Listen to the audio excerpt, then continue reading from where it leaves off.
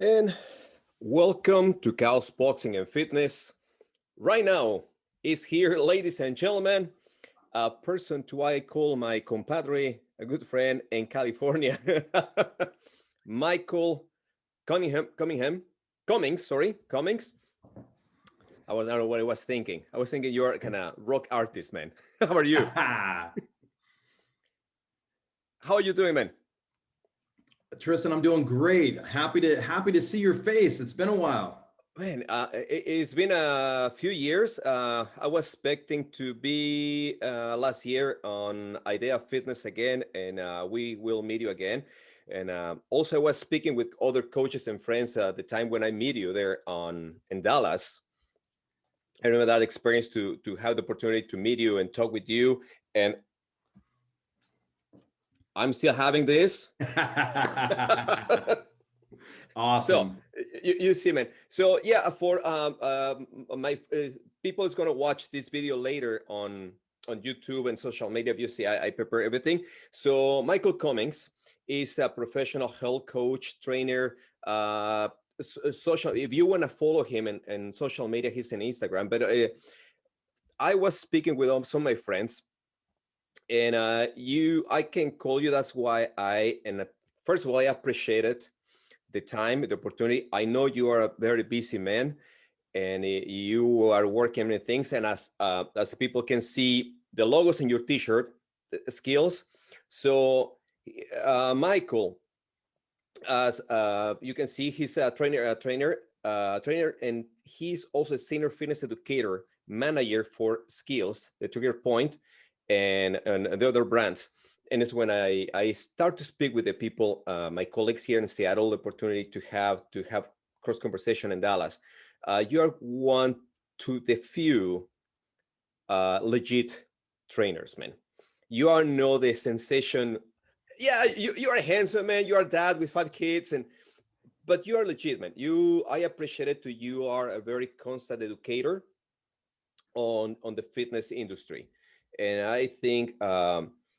The last year with this COVID situation give us opportunity to some people come forward in social media and really expose their weakness and their strengths and discover who was the legit fitness trainers or coaches. So Michael, once again, thank you for the opportunity to talk with you here at KAOS Boxing and Fitness. How are you, my friend? Man, I'm doing great. Doing great. I need to get in there. I need to go some rounds with you. Get fit, you know? More than you are, man? I don't think so. I've been doing a different type of lifting. I've been doing kind of like strength training, but I have a fascination for rotational movement and muscle endurance, which is something I've always lacked and something that you have in spades, you know?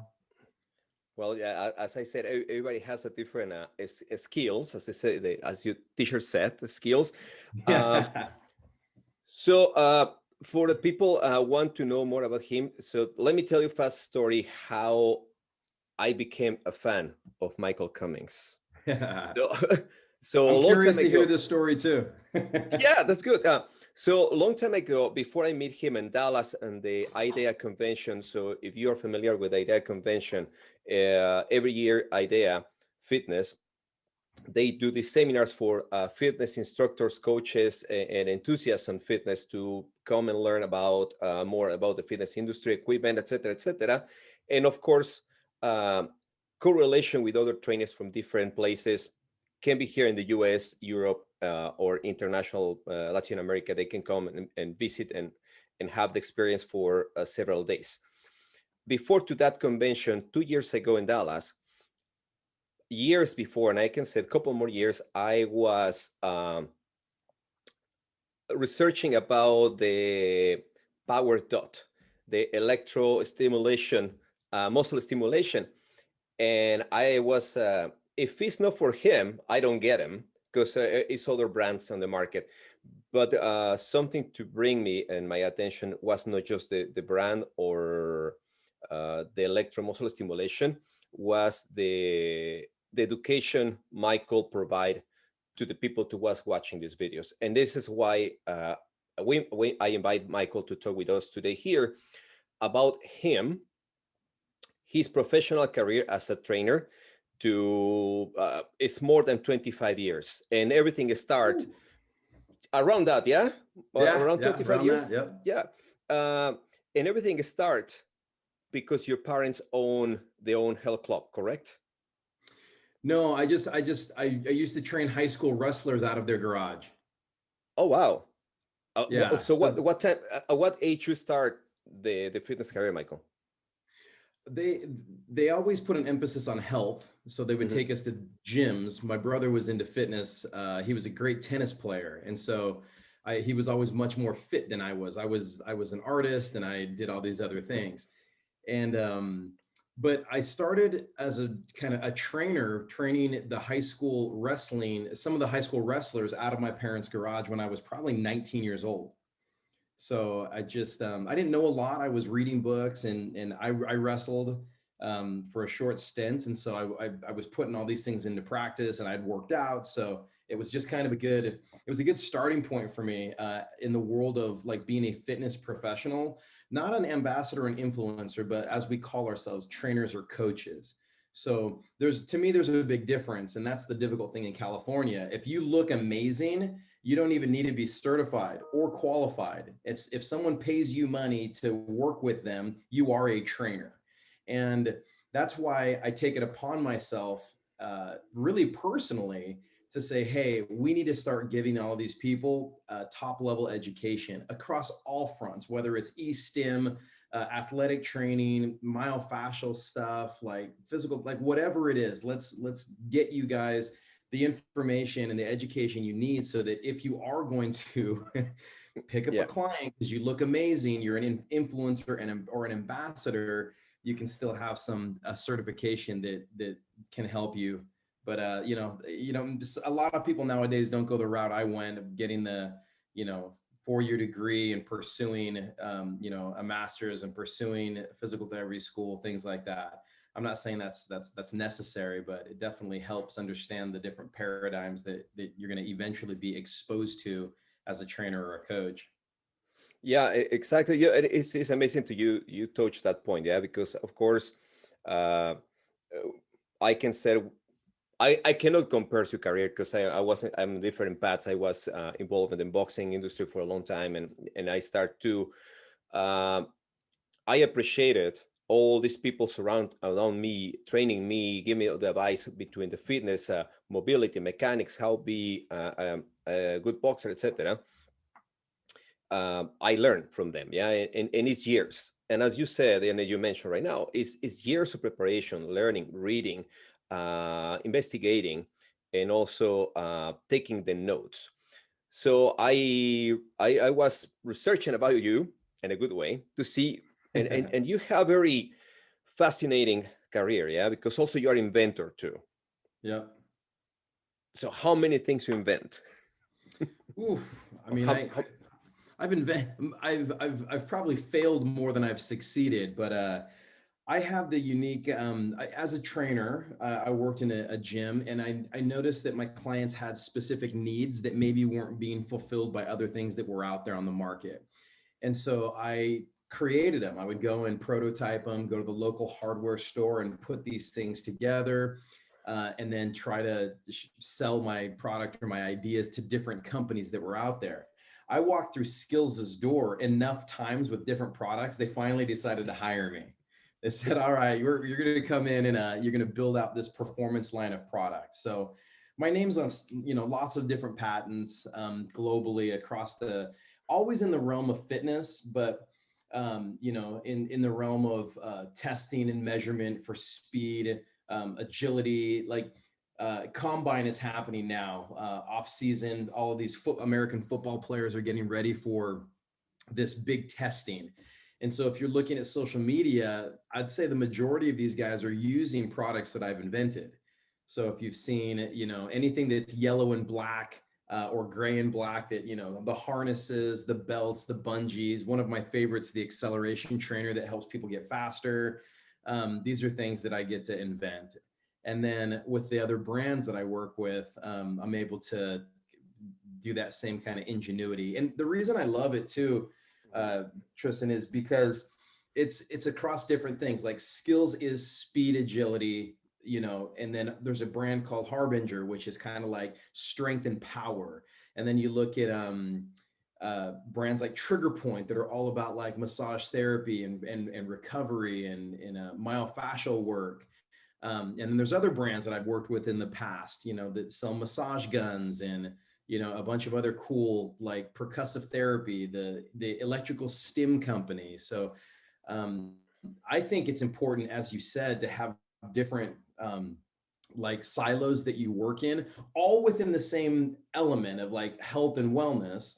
But you're able to then utilize what you have to just do a lot of different things.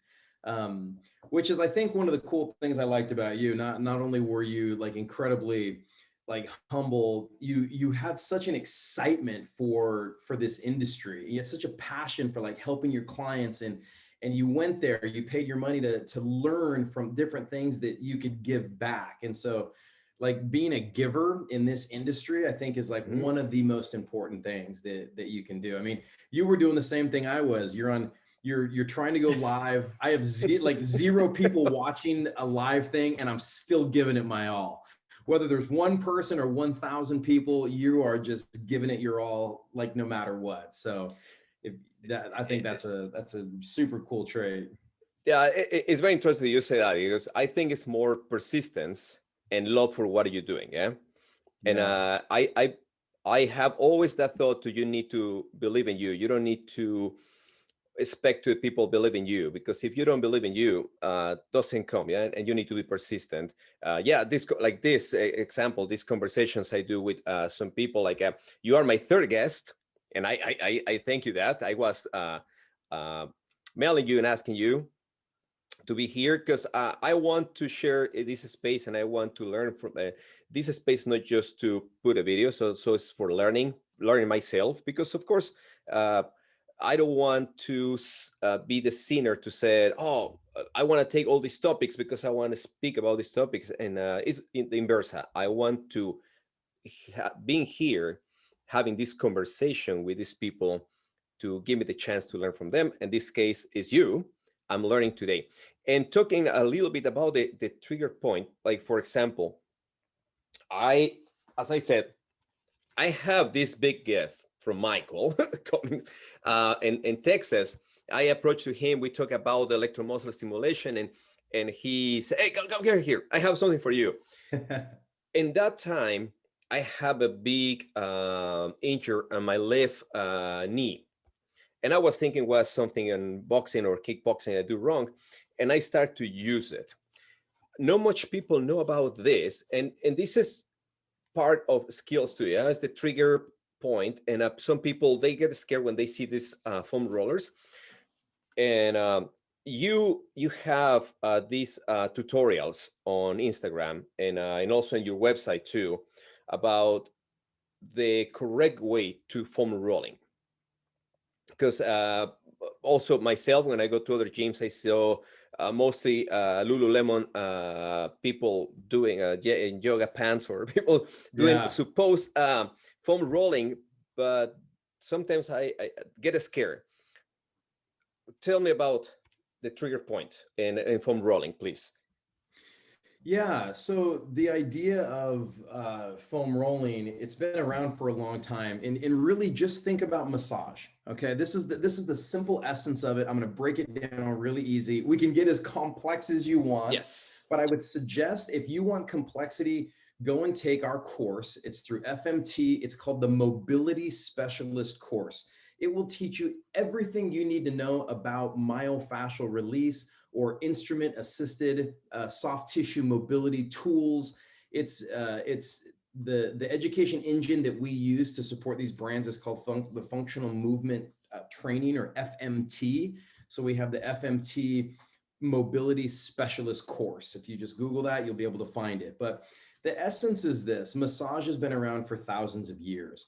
Massage works because the fingers touch skin, fascia, muscle, bone. We'll ignore the retinacular, we'll ignore everything else, and we'll just talk that. Anytime that there's a tugging, a pulling, a compression, a shearing that happens, you're hitting different mechanoreceptors. These little mechanoreceptors are signals that send, or they're little receptors that send signals to the brain, and the brain sends signals back and in response. For example, if I'm fired up, pumped up, right? And somebody comes up and they grab your shoulders and they begin massaging you. Immediately you get sympathetic. You get like in fight or flight, right? Ah, who's touching me? But then you realize, oh, I trust that person touching me. And then they go nice and deep over pressure and they keep going for kind of this longer period of time. What happens? You just start to melt, right? Now, it's not because they're breaking up the tissue. It's because they're eliciting a response from these mechanoreceptors and your brain is saying, relax. So in our industry, believe it or not, we are not supposed to touch people. It goes beyond the scope of work. Even to touch a client as a personal trainer is illegal in the state of California. I don't know how it is elsewhere, but in the state of California, we are not supposed to touch people. We do anyway, right? Everybody does. But this is a means of self-care. So I don't have somebody who's going to massage my quads. I don't have someone who's going to massage my feet or my calves. So what I'm going to do is I'm going to use this roller, this trigger point foam roller, to massage these areas. I'm going to do that to myself.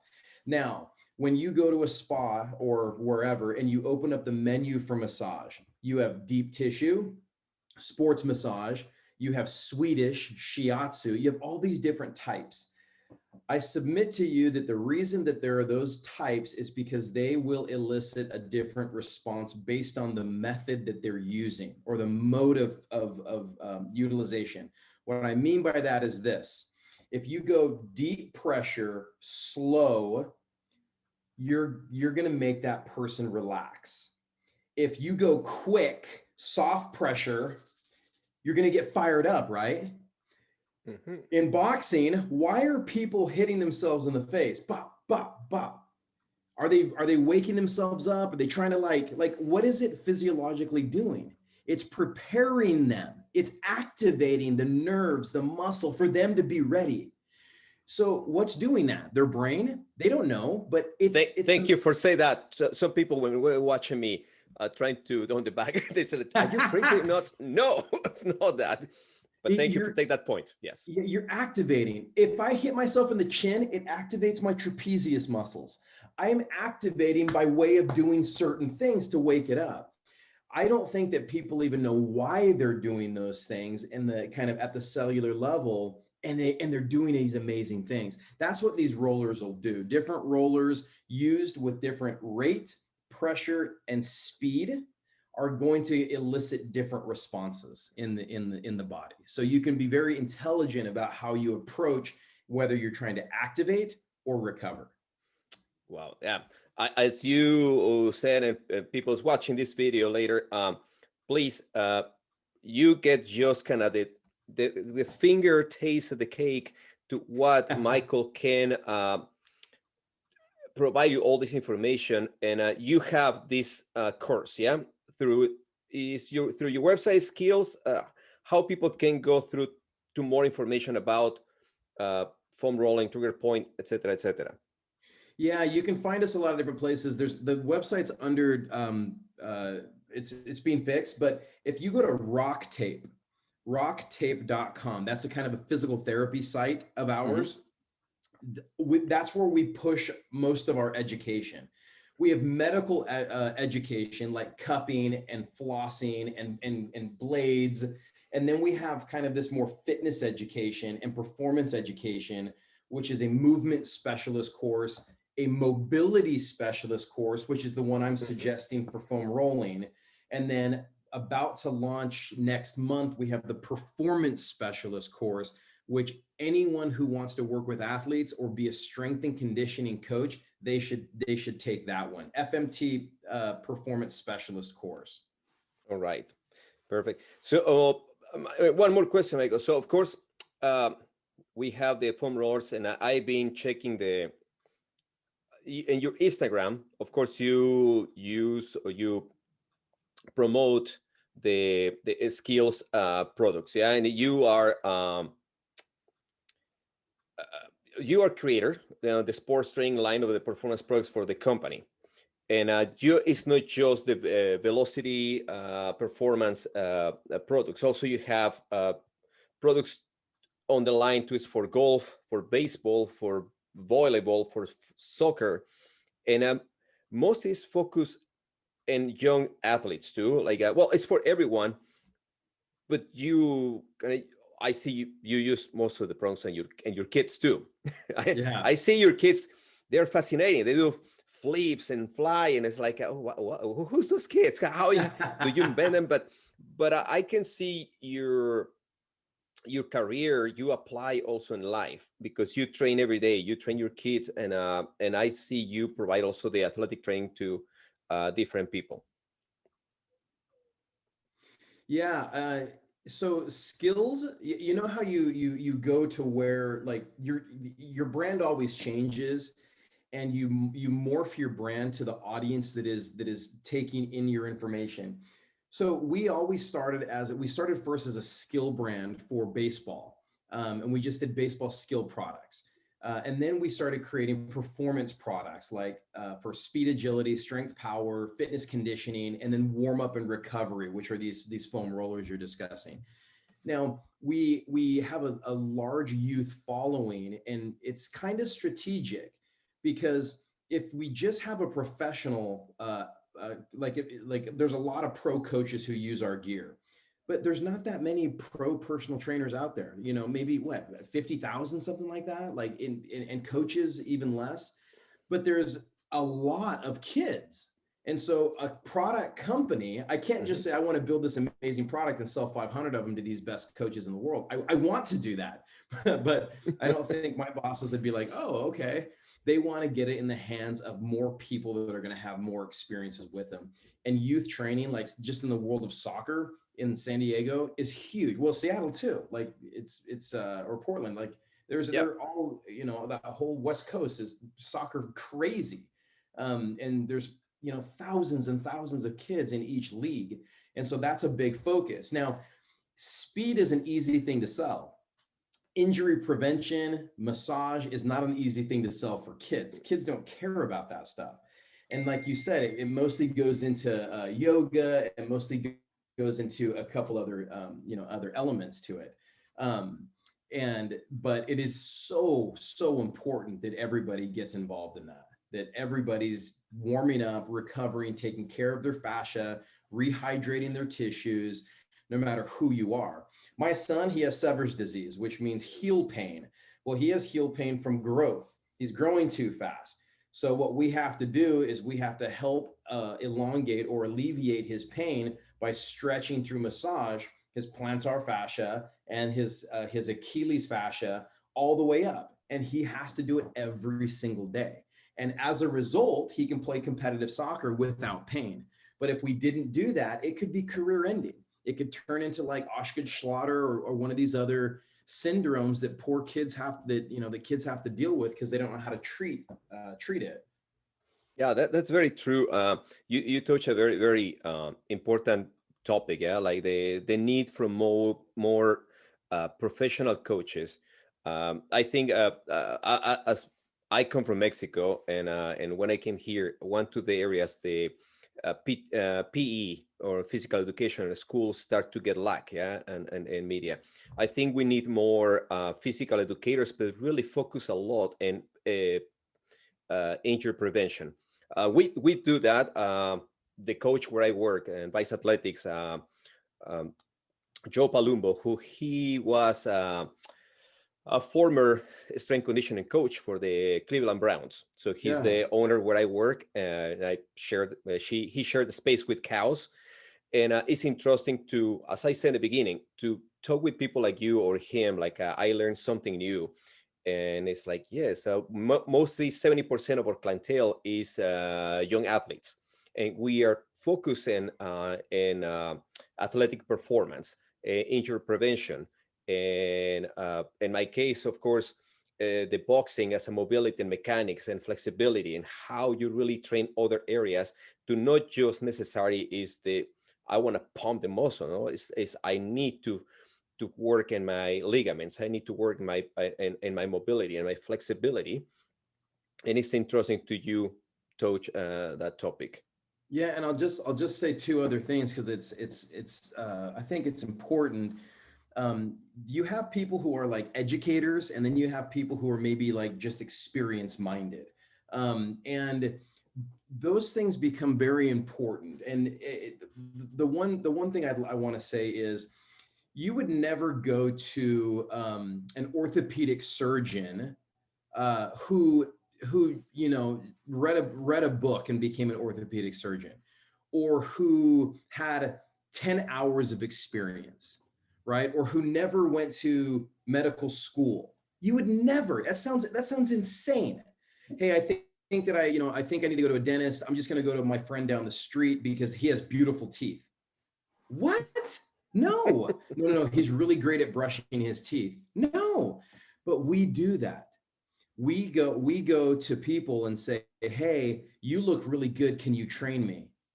And guess what most of us say? Yeah, it's going to be like $50, $100, without having anything that is a tangible thing, without having what you did. You paid all this money to go and earn your education. We have to earn our CECs and our CEUs. We have to go to hopefully go to a 4-year.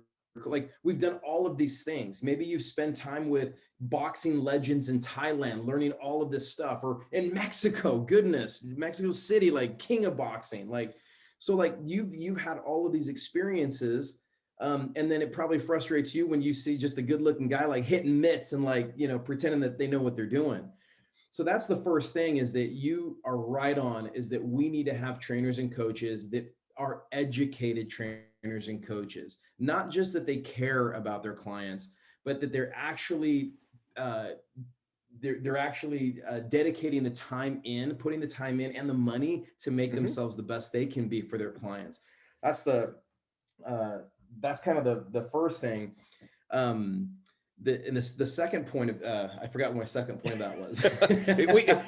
I love these conversations because we really get that passion, yeah, like things to we worry about us. To really is important from us on the fitness industry, as was mentioned in the beginning, yeah. This COVID situation or this pandemic, whatever you want to call, in the fitness industry, make this momentum when we start to see in social media all this boom of trainers and people like posting workouts, and as you said, just because I looks good, okay, I have these yoga pants on me, and I want to put my class, and many people start to sign classes with these people or training, Yeah. and start to get, and people, thanks God I'm doing good, but I know other trainers today start to lost work, and I'm happy for these people to try. They are lucky, they do it, but how far they got to get on that point to the education, to how many people get injured because I signed those classes with these people, but do they gonna take care of my injury do I have in the second class? Yeah. You really do get what you pay for, in most instances. And if some people are just selling workouts, like, hey, do this workout, they're not addressing if you have tight hip flexors, or if you have diaphragmatic breathing problems. Like, it can go either as easy or as complex. I was just working with the guy from the San Francisco Giants, a baseball player, and right before this call I ran up, and he can't do a certain movement a certain way, and he never knew why. And he just goes, oh, I'm just tight, I have tight hips, everybody just tells me you have tight hips. I go, oh, he's like, so can I like massage? It's like, yeah, you think you can just massage away a tight hip, or massage like your hip flexor? We had to help him reprogram how to turn on the antagonist muscle, which would be the glute or something posterior, so that he could turn off that anterior muscle, or that agonist muscle, right? The phenomena of reciprocal inhibition. So through that learning, it was like this light went off in his head. He's like, holy crap. And this guy's a professional athlete. He goes, I've worked for years with people and I've never once understood how to activate that hip flexor and make it work for him. Everyone's got tight hip flexors, but how do you address a tight hip flexor? I submit to you that it's in the brain. It doesn't have to do like taking your thumb and massaging it. It's just going to go back to normal. So you have to learn how to control and turn on and off those overly active muscles. And so giving him now the body mapping and the education to do that himself changed his world. So you're talking about these people who don't have that education. They're just follow me. I'm in a bikini or I'm in board shorts. I look great. Just do this. That's fun. But I would hope that everybody out there realizes that's fun to watch, fun to look at, and something to be inspired by. But that is not an aspirational thing. That is not something that you say, I want to train with that person. That's just the reality. Wow. Well, Michael, I think I can speak with you. We can have hours and hours and hours of conversation about many topics on the fitness industry or about functionality mechanicals, because you have all that experience that we mentioned at the beginning. Do you have any seminars, education programs do you have in the future where people can go and see you? The FMT Performance Specialist course is coming up. Anything, guys, if you look at skills.com, tptherapy.com, rocktape.com, harbingerfitness.com, there's lots of education being pushed through those faculties. And then I'm actually, for the first time ever, I've never had a website, but I think it might be time to start putting some personal stuff up there. For years, I just do stuff for other companies, other media outlets, and it's always been my thing. I've never really tried to build my own brand. I've just been able to build lots of other brands. And not that I want to pull away from that at all, but there might be some personal things that people are looking to glean from my expertise without looking through a lens of another brand or something like that. So that'll be in the works, and you'll be numero uno to hear about it, so you can get it out to your that will be awesome. And I can well, of course I can pay for that, but also I can invite you to Puerto Vallarta to with your family. I owe you that one. I owe you that one. I owe that invitation. You and me are going to Puerto Vallarta for a few days, and we're just going to train our brains off, man. Our brains and I need to train. I'm ready. Yeah, perfect. No, really, I appreciate it, Michael, your time. I think we need more people like you. And I say that because it's not many people like you outside here on the health and fitness industry to can give us all that information. Yeah, we are many trainers there, yes, but no the people to have all that education and advice and guaranteed to bring us in a different human model. Yeah. Well, that was the other part, just to end, is I was going to say is that it's not just the education, it's the experience. So you could teach boxing because you've seen boxing, but you're a boxer. That's experience. I know what it feels like to try and deadlift, more than 500 pounds. I know what it feels like to bench. I know what it feels like to run a 40 or a 40-yard dash or hit baseball. So my point is there's so many educators and coaches out there that are didactic, they're teachers, but they don't have that experience. I believe that experience becomes so important because it gives you even more understanding of what your client's going through. If they're really, really like just gearing hard and going after it, and you're like, more, you can do more. How do you know they can do more? You've never been under that bar. You've never held what they have in their hands. Some of my clients, I did that workout 2 hours before they came in. I know exactly what they're going through. So I just think it helps you be a more successful coach, trainer, if you have that experience in that space. And if you don't have that experience, push off to somebody else. If somebody comes to me saying they want to be a better boxer, I say, no, I cannot help you there. Or better at A, B, C, or D. I know what I'm great at, which is performance training. And then any skill set or anything else, I will filter off somewhere else. I won't even do physical therapy or rehabilitation because that's not within my scope of practice right now. I'm going to push that to a PT that's someone within my in-network. So stay in your lane and know what you're good at. That's very true. You said the right word, the network. I think people start to forget networking with other people, other trainers, and create that environment. Because I don't want to say something wrong, but we became as a selfish society. Yeah, this is me. This is my client. I can be working with a 75 years old lady, and I'm a personal trainer, young guy to lift weights, and that's not mine. I think this, like, hey, you know what? I know a person who can work with you because she's a specialist in this. I think we need to start open more doors and be more uh, easy to networking with other trainers. Like as I said, like if you know yoga or you have other people to work in other areas, Pilates, etc., and you know that person need that, you can referral. Like we before I remember, and when I started the fitness career on the 80s, like a personal trainer, I work a lot with physiotherapists, and the physiotherapists they refer me depending on my clientele about mobility or mechanics. They never refer to me as a trainer on powerlifting or a weightlifter because that was not my area. So they refer to a mechanic. I go and I remember I trained those old people with catching balls and step side to side, picking up and stand up. To was my specialty. And now people they think they can be global. It's fine if you read, as you say, if you get experience, do it. But if you can network and get experience, I think it's much better. Michael, I know you are on time. Thank you so much again to being here in KAOS Boxing and Fitness. I appreciate it. I wish you the best of the best for this year.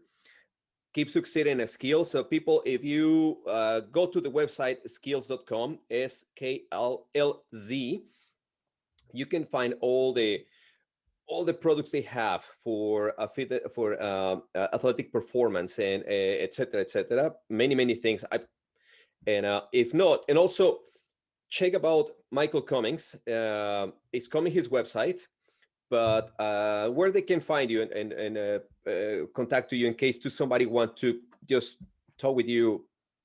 At Instagram, it's at Michael the Trainer. Facebook, it's Michael Cummings. Reach out, DM me. Happy to give, happy to help with whatever I can. I think you can do anything. Michael, thank you so much again. Give a hug to your beautiful family. And I'm so jealous to you're in California because you have a beautiful weather now there. Here is beautiful and raining and cold in Seattle, Washington. But I get it. I love it. I love this weather. I love to be in cold. We are going to ski in 2 weekends and just keep moving forward. But and this, because I'm recording this live video, I promise to take Michael Cummings and his family to Puerto Vallarta soon and maybe do some training on the sand there. Yes, I love it. Now it's on video. I say that, so I need to or I'll find you the best deal there in Puerto Vallarta. Let's do it. Okay, my brother, compadre. Okay, thank you so much, my friend, and see you next time. Thank you, everyone, to watch this video in KAOS Boxing and Fitness, and see you the next time. Bye. Ciao.